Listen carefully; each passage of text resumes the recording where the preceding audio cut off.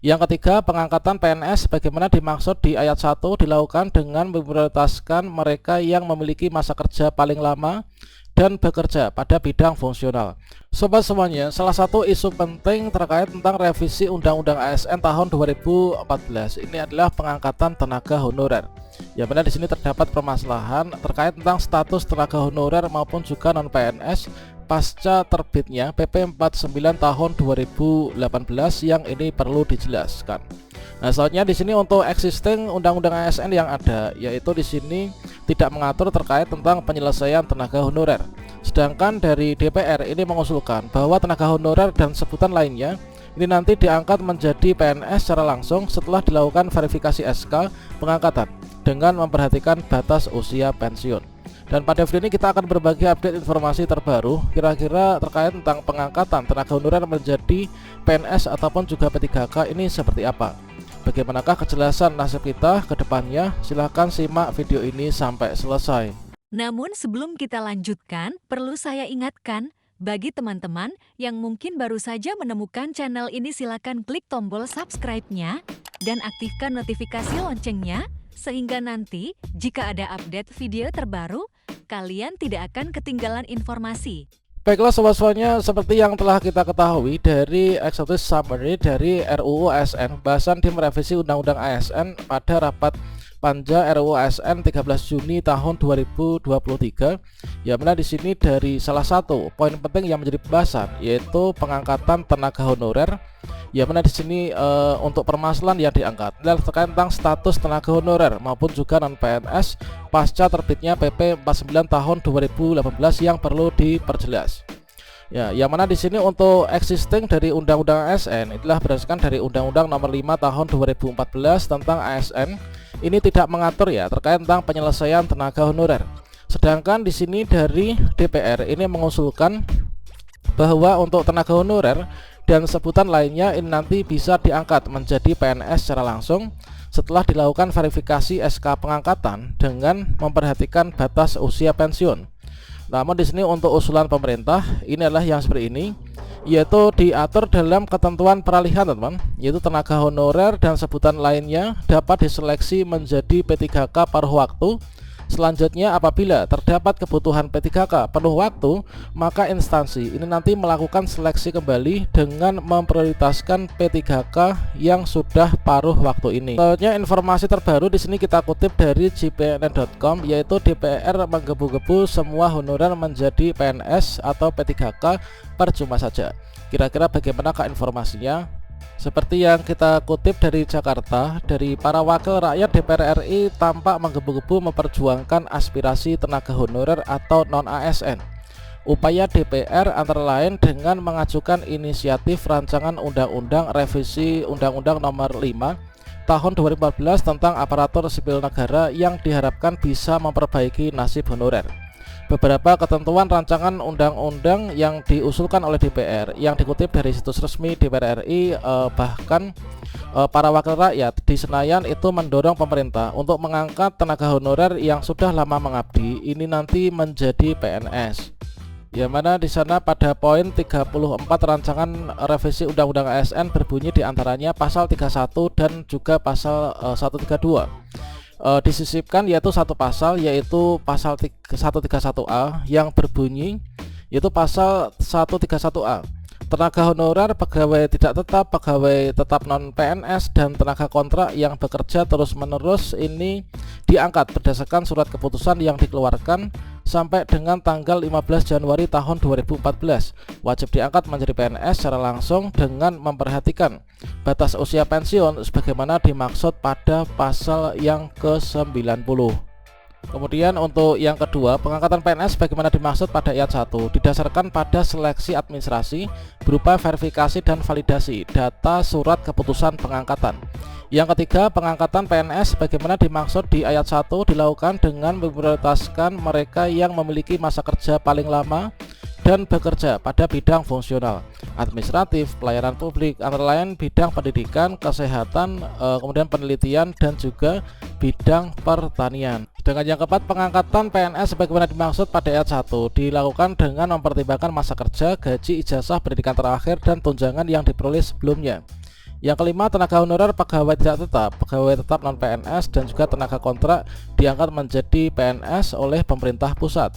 Yang keenam, dalam hal tenaga honorer atau pegawai tidak tetap, pegawai tetap non PNS dan tenaga kontrak tidak bersedia diangkat menjadi PNS sebagaimana dimaksud pada ayat 1, ini harus membuat surat pernyataan ketidaksediaan untuk diangkat menjadi PNS.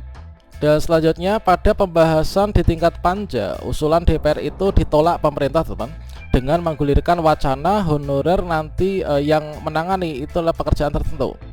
Nah, seperti petugas kebersihan, kemudian diangkat menjadi P3K part-time atau P3K paruh waktu. Jadi pada pembahasan di tingkat panitia kerja, usulan DPR itu ditolak oleh pemerintah dengan menggulirkan wacana honorer yang menangani pekerjaan tertentu seperti petugas kebersihan, kemudian diangkat menjadi P3K part-time atau P3K paruh waktu.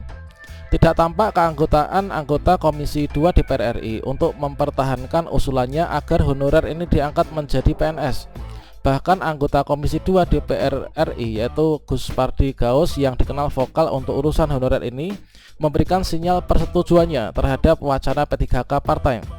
Meski menurutnya nanti honorer akan dipilah lagi mana yang bisa diangkat menjadi PNS, P3K full-time dan juga P3K paruh waktu. Perlu diketahui pembahasan rancangan undang-undang revisi ASN ini dimulai sejak tahun 2017 hingga di tahun 2023. Dengan kata lain sudah ada 7 kali rancangan undang-undang ini dibuat ya. Ini masuk dalam daftar program legislasi nasional atau prolegnas sebagai usul inisiatif dari Dewan. Dan selanjutnya, semua fraksi setuju honorer jadi ASN. Anggota Komisi 2 DPR RI yaitu Rianta menyatakan bahwa DPR mendukung penyelesaian masalah honorer tanpa adanya pemutusan hubungan kerja atau P3K. Karena sudah lama mengabdi, diantaranya guru, penyuluh pertanian, dan juga tenaga kesehatan, semua fraksi mendukung tenaga honorer agar diselesaikan secara kemanusiaan. Anggota fraksi PDI Perjuangan itu menegaskan bahwa semua fraksi di DPR ingin honorer ini diangkat menjadi ASN. Seperti yang disampaikan, kalau dari semua partai di DPR semua ingin honorer ini dijadikan ASN, ujarnya tanpa menyebut jenis ASN baik itu PNS maupun juga P3K. Namun Rianta ini menyatakan pemerintah dalam menyelesaikan masalah honorer ini akan mempertimbangkan juga aspek anggaran atau kemampuan keuangan negara. Saya kira pemerintah ketika mengambil keputusan-keputusan juga mempertimbangkan dari sisi keuangan. Sementara itu, kolom komentar tayangan TV yang dikelola oleh Sekretariat DPR RI itu berisi curhatan terkait tentang penyelesaian masalah honorer ini. Seperti halnya percuma saja kalau semua DPR RI ini adalah setuju, kalau Menpan RB dan juga Presiden ini tidak disetujui. Inilah diungkapkan dari salah satu komentar. Setelah menyimak retorika dari rancangan undang-undang ASN yang dilakukan pembahasan, maka di sini dapat disimpulkan bahwasannya dari usulan DPR ini sebenarnya menginginkan untuk teman-teman semua honorer itu diangkat menjadi ASN, baik itu PNS maupun juga P3K. Namun dari pemerintah ini menginginkan untuk diatur dalam ketentuan peralihan, yaitu tenaga honorer dan sebutan lainnya dapat diseleksi menjadi P3K paruh waktu. Selanjutnya, apabila terdapat kebutuhan P3K penuh waktu, maka instansi nanti melakukan seleksi dengan memprioritaskan P3K paruh waktu ini. Dan selanjutnya terkait tentang P3K paruh waktu. Di sini sebenarnya kita bisa mengecek secara mandiri apakah kita termasuk dalam daftar honorer yang akan diangkat menjadi P3K paruh waktu ataukah tidak. Yang mana untuk angka sejumlah 2,3 juta ini sudah dikunci ya di pemerintah, yang nanti akan bisa langsung diangkat menjadi P3K paruh waktu. Seperti halnya yang kita kutip dari cpnn.com di beberapa waktu sebelumnya, yaitu data honorer sudah dikunci. Teman-teman bersiap untuk menjadi ASN jenis baru, yaitu ASN P3K paruh waktu. Yang mana di sini seperti yang disampaikan bahwa untuk ASN P3K paruh waktu ini adalah sesuai dengan data hasil pendataan tenaga non ASN tahun 2022 ini adalah sejumlah 2,3 juta, teman. Nah, 2,3 juta itu kira-kira siapa saja, terdiri dari siapa saja? Yang mana di sini sesuai dengan DIM RUU ASN dari daftar inventarisir masalah ini adalah nanti nggak akan ada penghapusan. Data honorer ini sudah dikunci dan yang diangkat menjadi P3K paruh waktu itu honorer yang mana?